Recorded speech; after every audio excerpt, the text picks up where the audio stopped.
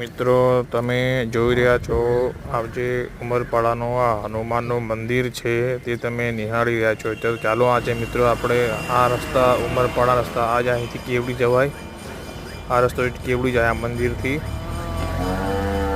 ડાબી બાજુ રસ્તો છે કેવડી, જમણી બાજુ છે ઉમરપાડા બસ સ્ટેશન। મિત્રો તો ચાલો આજે આપણે હનુમાન દાદાના મંદિરે દર્શન કરવા જઈએ। આ ઉમરપાડાનું બસ સ્ટેશન મેં તમને કીધેલું ને, તમને જમણી બાજુ ઉમરપાડાનું બસ સ્ટેશન। ચાલો મંદિર દર્શન કરવા મિત્રો, આપણે હનુમાનના મંદિર દર્શન કરવા જઈએ છીએ।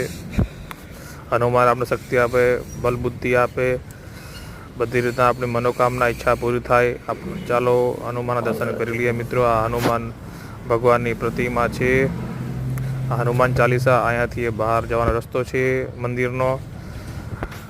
પેલા ભાઈ મંદિર સાફ કરે છે। અહીંયા રામ, લક્ષ્મણ, સીતા માતાના બી પ્રતિમા છે અને હનુમાનનો દીવો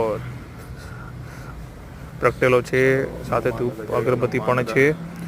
તો હનુમાનનું દર્શન કરીએ અને આપણું જીવન સફળ આનંદમય થાય, આપણા જીવનની બધી ઈચ્છા કે કારકિર્દી જે તમારા મનની મનોકામના હોય તે પૂર્ણ થાય। મિત્રો આજે આપણે બધાને નવા વર્ષની હનુમાનનું કામના આપું છું કે તમારું 2026 વર્ષ આનંદ મંગલમય રહે, તમારા જીવનમાં હંમેશા ઉન્નતિ થતી રહે, તમને ભગવાન રામ કૃષ્ણ તમારા પર દયા દ્રષ્ટિ બનાવી રાખે।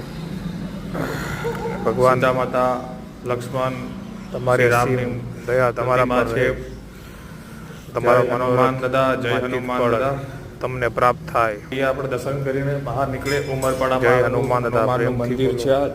જય હનુમાન દાદા, જય હનુમાન દાદા બોલો। બધા કષ્ટ હનુમાન દાદા લઈ લે અને તમને દુઃખમાંથી ઉગારે, એ આપણા હનુમાન દાદા આ મંદિરે તમે નિહાળી રહ્યા છો। જય હનુમાન દાદા।